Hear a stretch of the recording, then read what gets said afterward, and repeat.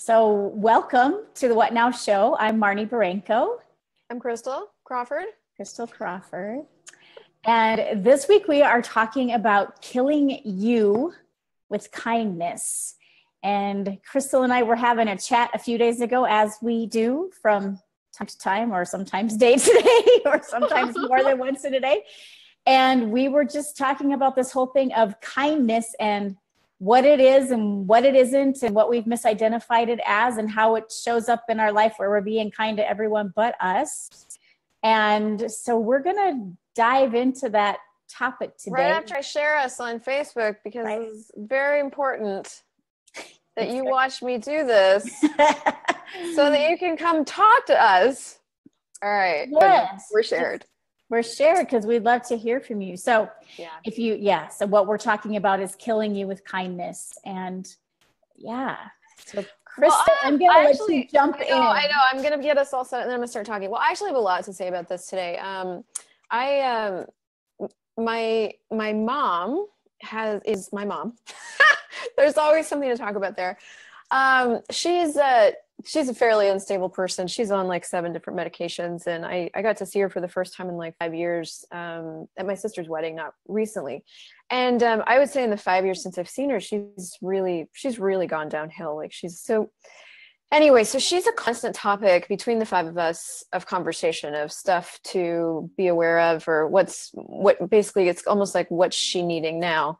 And, she's in a state right now where she's kind of let all of her back teeth decay. And so they're all getting pulled. So recently she had another molar pulled. And so she's losing teeth to be able to chew with. And I didn't know this, but her hot water's been broken. So she hasn't really been bathing in warm water, and her toilets have been broken. So she's been using the backyard as a toilet. Like, it's gotten really bad. And we've all, because she's also been so abusive, like there's the conversation around caring for her has always been laden with all of this charge and all of this wanting her to experience the consequences of her choices, which is really kind of the theme of our childhood. That was something she parented us with. It's like, well, choices create consequences. So, live with your shit. And so that was really where I came from for a lot of my life, because that's what I grew up with. And so I've been in and out of like resistance and alignment and like feeling terrible and feeling angry and like all this stuff. And recently all of that's really gone.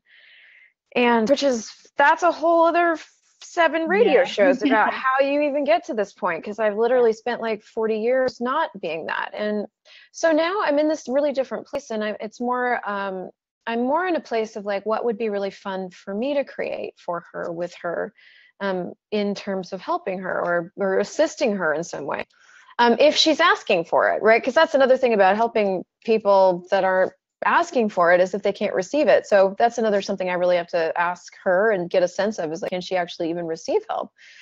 But this whole kindness, like, is kindness killing you? None of my other siblings use the tools of access consciousness, and all of them are doing life in the best way that they can. And we were raised with the life, I don't even know what you call it, but the sense of like, you always like be kind to people that nobody else is kind to, and reach out to those people that are left behind. And I was definitely a kid, and so was my brother, that was made fun of. So we always had a soft spot in our hearts for, kids that were bullied. And none of us were popular kid. Like, my middle sister happened to be a popular kid, but because I don't know how she did that. But anyway, we were all sort of fringe people, Mm-hmm. And so we grew up with this desire to to be kind to people instead of assholes. Yeah. And so that's amazing.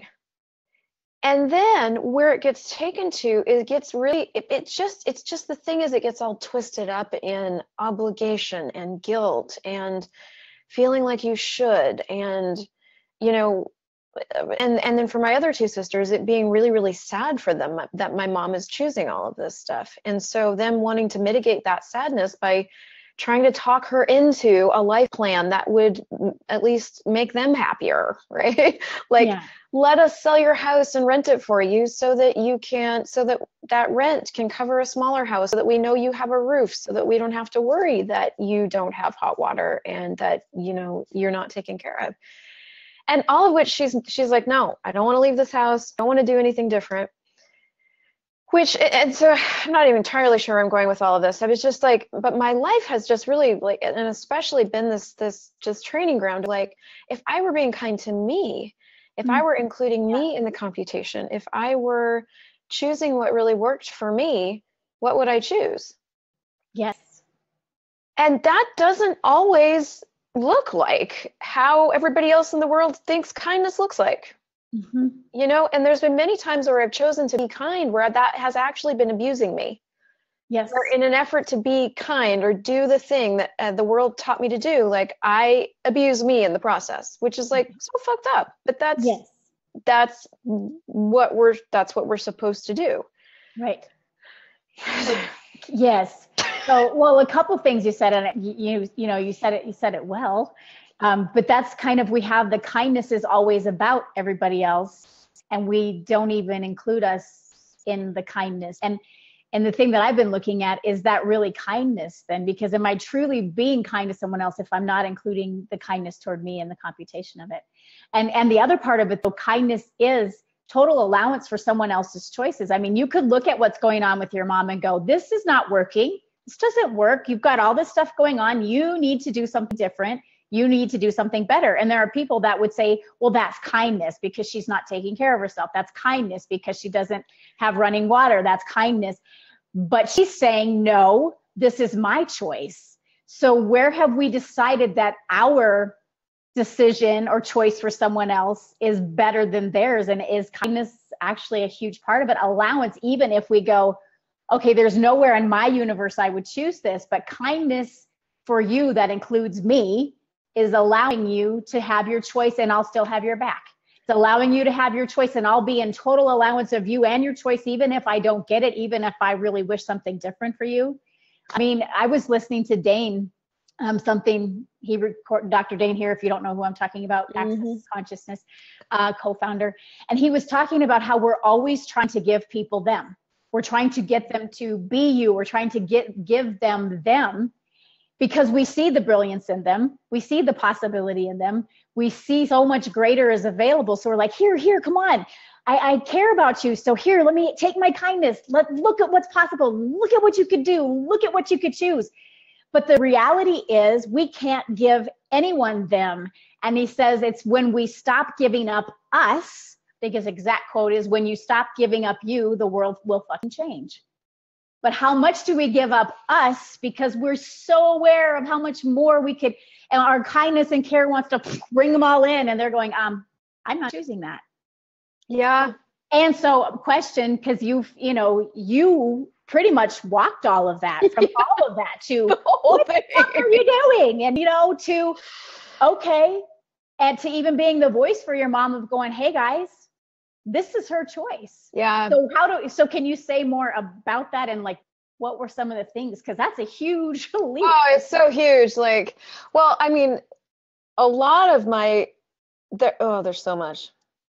A lot of what's going on for me right now is is really the owning of how different this point of view of allowance is, first of all. Like, and that's what I would say to anybody who has been using any of the tools of Access Consciousness. I'm like, allowance for what somebody else is choosing, especially when it's your mom or your parent, and they are destroying themselves, is not what you do in this reality. Like, that is not a popular standpoint. That's not a popular thing.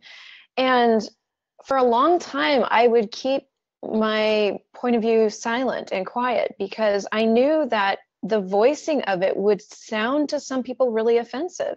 My sister is a really right-wing Christian girl and has adopted a lot of those really strong viewpoints about a lot of things. And, she kept there's 5 of us, right? So there was the camps that were like of the opinion that my mom should try to be swayed into the plan that was better for her.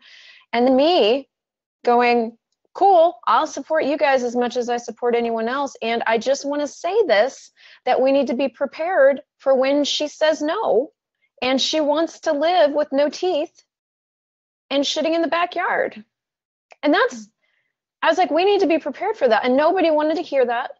And Hillary said, well, we should at least try to sway her. And I was like, yes, I'm not, you can definitely present your point of view. I was like, the only thing is she's this person that she's going to choose what she chooses. And we need to now have the tools to deal with ourselves with that. Yes. Like, where is that going to leave you then when she says no and she really wants to decay in her house?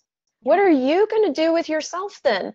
You know, for me, I've had like, you know, I've been playing with access consciousness tools for probably 3 years, but I'm saying like 2.5 of those years have been intense use of the tools of interesting point of view. I have this point of view, especially about my mom. You know, and this conversation gets really intense when you're talking about family, you know, like interesting point of view. I have the point of view that she should do anything that I think she should do. Interesting point of view. I have the point of view that my idea for her life is better than her idea for her life. Interesting point of view. I have the point of view that I'm sad about it. What am I sad about? She's choosing it. It works for her. But even that, those two sentences are like, what? Yeah. She's choosing it? You know, because she wouldn't tell you she's choosing it. But I'll tell you what I know about my mom, that as soon as she wants to change something, she fucking does. Mm-hmm. She's an epic creator of survival. Yeah. And this, I guess the gift of awareness is, or the gift of consciousness, because consciousness is seeing everything for what it is and not judging it. That's consciousness. Consciousness includes everything. It includes insanity. It includes judgment. It includes things my mom's choosing. It includes everything. It includes murderers. It includes all the shit that we think it shouldn't include. It includes. Yes. And so my demand of myself is awareness and consciousness. That's my demand of myself. So if that's my demand of myself, then what follows is that I get out of judgment and I get out of conclusion, because those things are not awareness. They are decisions and judgments and conclusions. Awareness has no solidity to it. It's just an acknowledgement of what it is, with no feelings, no thoughts, just this is what it is. How can I use this information to create what I desire in the world? Yeah. You mentioned, interesting point of view, which is a huge tool in all of this, but even just to pause for a minute and look at like what we're saying is so opposite of everything that we've been entrenched. I mean, I look at it in like parenting. I mean, we're told, there's this thing of kindness is making sure your kids get the right answers and do the right things and they don't get it wrong. And there's certain things that you need to make sure that they get and make sure they understand. Eat the right things and sleep the right amount and get the right vaccinations and. Right. And if we want them to be a, certain kind of adult. And so these are the things kindness would say, I must do blah, blah, blah, blah, blah. This, so that there's a pretty good chance that my kids are going to turn out okay. This reality's definition of kindness. This reality would say somebody's thinking about killing themselves. Holy fuck. Everybody stop. Everybody intervention. Everybody come on. We've got to fix this. We've got to change this. They can't do that. That's a horrible thing. So we have all of these conclusions of what is right for people, what is wrong for people, what they should choose, what they shouldn't choose. We know what's best for them. And then we're so kind and caring. We're going to go and that is not kindness. I mean, and would we be willing to just let go of every definition we have of kindness? I mean, I used to teach preschool, and there was always this thing of someone would come in with a toy. Well, you need to share that toy. And I was always automatically, you have to share it. I'm like, why? Why do you have to share that? That's your toy. And I was always the controversial teacher. I know that's just this shocking, surprising thing. Yeah. But I would be like, no, hold the phone. They brought that toy in. That's their toy. They have a right to say no. Saying, no, I don't care to share my toy with you is actually kindness, because they're clear on what works for them and what they would like. And they're using their voice to say, no, that doesn't. And it's actually my toy. I actually have the right to. That's kindness. Mm-hmm. So I guess I'm curious. And I know I've asked you, like, how did you come? It's fine. No, keep asking me. But so many steps, like. Right. So was there like I'm gonna say a defining moment, but because those really don't happen. You just wake up and they go, oh, I see it different than I used to. Like I have a different. But were there things that kind of started to bring you to a different point of view of what kindness actually is? Actually, I don't know if kindness was actually more. I didn't really relate to that word, like I couldn't even, that word really didn't enter my, it was more like I was tired of being unhappy. Yeah. And And what I started to see, the creation of unhappy for me, was this combination of feeling obligated and guilty and like I should, because I had to be a nice girl. Mm. So how much of who we truly be do we hide in the pretense of be kind to everybody? I'm a nice person. I'm a kind person. Like, that's what I am. I've defined myself as such, and the definitions of that go blah, blah, blah, blah, blah, blah, blah, blah, blah. And if I don't do those things, then I'm not a nice person. So I got trapped in that double bind of like, right. And I remember asking about that in classes, because the depth of my caring, or the size of my caring, the infiniteness of my caring is like beyond. Like, it's just beyond. I care. And before Access, and even 6 or 8 months or a year into Access, caring had a lot of solidity to it for me. It had a lot of, if I care, then I do this kinds of things. And then as that all started to fade away, as we use these tools, I started to feel like maybe I wasn't a caring person because the solidity was gone. And I remember Dane asking me, he's like, has your caring gone away, or is it now so infinite you can't feel it? It's like, oh my God, I tapped into that energy, and energy doesn't have any density to it, or those tears to it, or it's just space.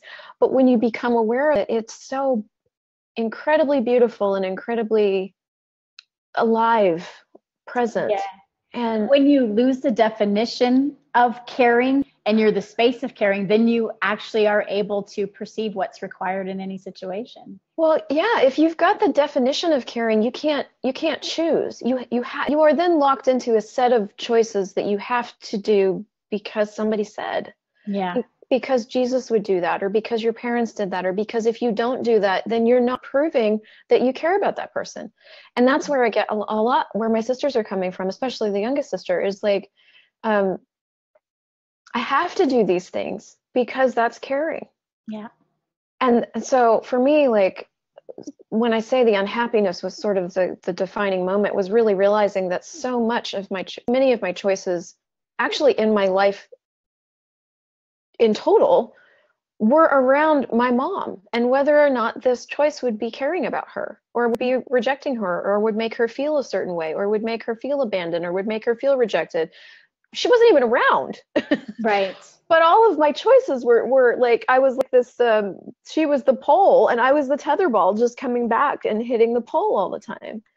And that's, yeah. Well, when we were talking the other day though, and it blew me away, because the space that you were when you were telling me about it was what Christel said, was basically in total allowance for her mom's choice. And if this is what you want to stay in your house, and this is how you want to live, then I'm going to have to contribute money to you. So I'm going to have to create a bigger life and have more money coming in so that I can contribute to empowering you to choose what you're choosing. And I just went, wow. So, I mean, talk about kindness, but like totally detached from the tetherball, totally detached from the expectations of, it was such a clear space of, I could hold on to a whole lot of shit, have every reason to say, fuck you. And how can I contribute to you by creating my life bigger and empower? And I sort of get like everything we call kindness, actually really kindness is empowering people to know that they know. It's empowering people to make their choices. That's what actual kindness is. But so like, whoa, where did that come from? I mean, where did you get to the place of such clarity of, all right, what have I got to create so I can be an allowance and even contribute to your choice? Well, I've been looking at this question of what would it be like to be owned by fill in the blank. And I got to that question sort of roundabout. like New Year's Eve, I started actively every single week doing the How to Become Money workbook. And then like 45 days ago, I started pulling energy every single day, which are two things that Gary Douglas always tells us to do that very few of us really choose to do. And so that doesn't make any sense and really shouldn't connect to what you just asked me. Mm-hmm. But what started occurring for me in those choices was this commitment to my life, was this commitment to me, was this commitment to the reality that I want to create on this planet, which is a totally different financial reality, a totally different being on this planet than functioning from thoughts and feelings and emotions and getting all locked up in that drama. I want to function different. And so in my world, I got that I was going to have to make a really different set of choices. So as I've been doing all of that, I've been really, my whole life I've resisted being owned by anything, and nobody can control me. Nobody can own me, even my mother. And she's like the controlling bitch of the world, you know? So it was constant resistance. I was living in a constant state of resistance. And with this set of choices, I just gave in. I gave in to the possibility that all of life really could come to me with ease and joy and glory. And so it has been. And so as I've been letting myself be owned more by the programs I'm creating, and owned more by what I'm aware of, and owned more by the fact that I'm doing this every week, like it's a commitment to doing it every week and showing up every week, and you know, all of that, I've been extrapolating that into other things that I've never been willing to be owned by before. You know, like my mom's a great example of that. And as I started looking at that, and my sibling conversation started in the email thread, I realized that what they were choosing was to resist her reality, which is that she's going to live with no teeth and shit in the backyard, and go, no, we will only support you if you choose what we create. Otherwise, you're on your own. And I just looked at that energy and I was like, that does not match my reality. It was just that simple. I was like, I don't want to be treated like that. I would hope that, you know, whatever I was choosing, that somebody would come and hold my hand. If I wanted to commit suicide, that somebody would be like, cool, I will come be there with you. If this is what you're choosing, I will run energy on your feet and I will be present with you until you go. That sort of coming alongside or being present with and not judging was like, that's my reality. And I just, in that moment, it just became so clear. And I was like, okay, so if I want to be that energy in the world, then what's required of me to be owned by her reality? And I was like, I got to create a bigger life. Yeah. Because she's always going to need money, and she's always going to need help. And she's never going to be this fantasy woman that I thought was. She's always going to be who she is. And then for the first time, I got the gift that was for me. The invitation that was for me, to be more allowance, to have a bigger life, to create more money, so much money that it wouldn't matter how much she asked for.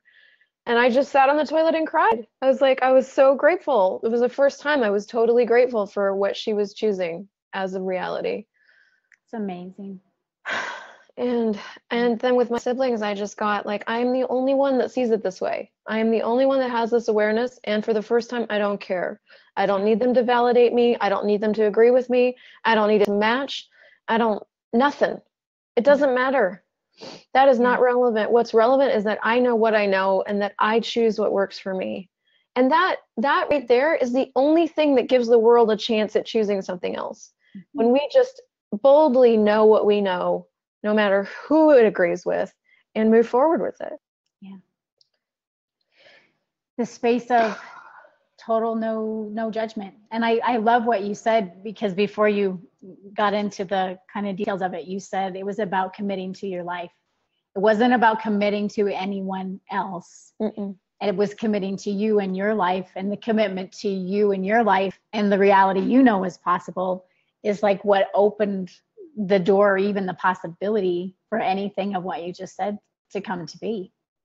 Yeah. And that commitment to your life thing, I mean, that's 18 radio shows right there. I mean, that's not a one choice and then you're committed to your life forever. You know, that's in a setting your workout timer for every 3 minutes, and I've got 10 seconds to choose the rest of my life. What do I want to choose thing? Like, that's every 10 seconds, every 3 minutes you're choosing, like, hey, if I were really choosing what worked here, what would I choose? And if I had 10 seconds to live the rest of my life, what would I choose?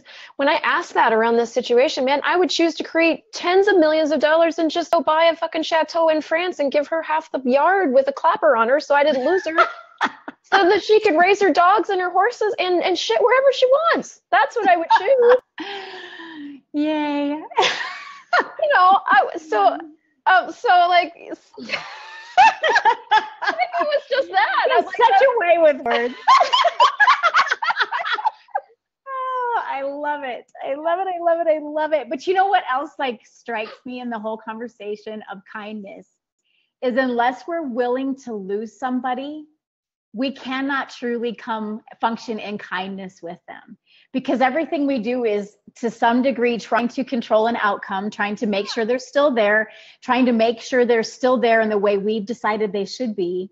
So kindness, true kindness, what you totally beautifully described with the whole situation with your mom, only comes from the willingness to, I'm willing to lose you. I'm willing for you to be batshit crazy. I'm willing for you to die. I'm willing for you to hate me. I'm willing for you to go away. I'm willing for you to stay. I'm willing for any of it. And when there's total willingness for any of it, then there's kindness. Then there's clarity. That includes you. It doesn't exclude you. It includes you. Yeah. I when I went to my sister's wedding, and my mom flew in, and she hasn't flown on a plane in forever. She doesn't have the money. And so picking her up from the airport was a little bit of an adventure, because we weren't sure. She doesn't have a cell phone. We weren't sure how we were going to find her. And so we were driving around outside, and I just said to my sister, I'm like, I think you should let me out and I'll just go roam around inside the airport and just see where she is. Because I also know, like, I just knew that she would get lost easily. Anyway, she was one of the last ones off the escalator from this round of, down to the baggage thing. And I just kept looking and just kept scanning the people. And then I was like, I betcha she's wandering through the airport. So I walked over to the escalator, and as I was walking over, she was coming down. And it was the first time I'd seen her in 5 years. And she was just, her whole body was different. She had gained a lot of weight, and she was dressed, and she always dresses in really bright colors, so you can't miss her. But her hair was sort of bedraggled, and she was in bright colors, and she just looked confused. And there's been so many times in my life where her choices to be who she is, I've let embarrass me or make me feel like I just wish she would go away, or, that meant something about me. Yeah. And in that moment, a little bit of that flared up again, and I was like, she doesn't have anything to do with me in that way. And I was like, and it was just like sort of like an instant shift of like, what space can I be for this being? It was more that. It was like, what space can I be for you? What contribution can I be for you with everything that you're choosing, with all that you are, with no expectation that you be anything but what you are? Like, what can I be for you? And it changed everything. Like, it just changed everything. It changed the conversations we were able to have. It changed the contribution I was able to be. It changed. She could just be exactly who she was, and she's who she is. She's crazy. But there was no charge on it anymore. And I guess I just keep looking at it with this whole situation as it moves forward, with every conversation of like, where's that space? Like, what is that space for me? What are the choices that match that energy? Because there's always like 2,500 different choices you can make when it comes to another person. Yeah. So what matched that? That's my reality. And nobody else can show me that. I'm the only one that can know that. Yeah. I love that question. What space can I be to contribute to what you're choosing? And even towards ourselves, what space can I be to contribute to what I'm choosing? And that's the thing, that's where it started. And I'm glad you keep bringing it back there, because I sort of keep forgetting that. But that's where it started, was for me. It was like, I want to have a totally different financial reality. I want to have a totally different way of being in the world. It started there. It started with those choices that contributed to that. And now I'm able to actually be that for her. It started with me. Yeah. And I so get with everything that you're saying, the space of true kindness. It's like, it requires bigger. It requires keep stepping out and keep asking for more and keep bigger. I mean, you mentioned, asking for a bigger life. It's almost though it's a lot easier to try to be kind and controlling everyone's actions. There's a lot more vulnerability and barriers down with being with whatever someone else is choosing. Yep. Yeah. So I want to say thank you for really being like being the light to what that be like and actually walking that out with your mom. It's like amazing. Thanks. And yeah. It's been a 42-year journey. Hey, that's awesome. And I could not have gotten here without the tools of access consciousness. Like, I can't say enough about that. And, it's impossible in a 30-minute show to go into all the different facets of what's gone into getting here. But I would just start with interesting point of view. I have this point of view about just anything. If you've got a particular person or a particular situation, the way you use that tool is around any energy that's got any charge to it whatsoever, any thought, any feeling, any emotion. Interesting point of view, I have this point of view. Interesting point of view, I have this point of view. And it just diffuses it so that you can be allowance. And allowance is where you're the rock in the stream and all the other stuff goes around you. Just goes around you when you're willing to be interesting point of view, I have this point of view. And it's not a logical thing, and it's not something that is going to make a lot of sense, but it is one of the most dynamic things that I've ever used. And just if I were, if I had 10 seconds to live the rest of my life, what would I choose?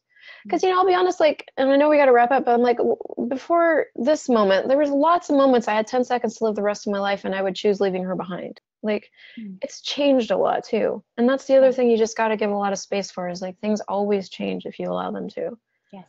And especially when you have total allowance for you, wherever you may be. Yes. So if you're not where you go, wow, I have ease with this, whatever situation just yet, practice allowance for you, just how much allowance can you have for you, and keep asking, what would it take to change this? So Christel, thank you. Thank you very, very much for just your presence and vulnerability, and just letting us have a window into your world and the kindness. Thank you for you. Thank you guys for being here with us live and for watching in the future. And we're so grateful for you guys. And we'll be back next week, same time, same place. Yes. Thanks. Bye. Bye.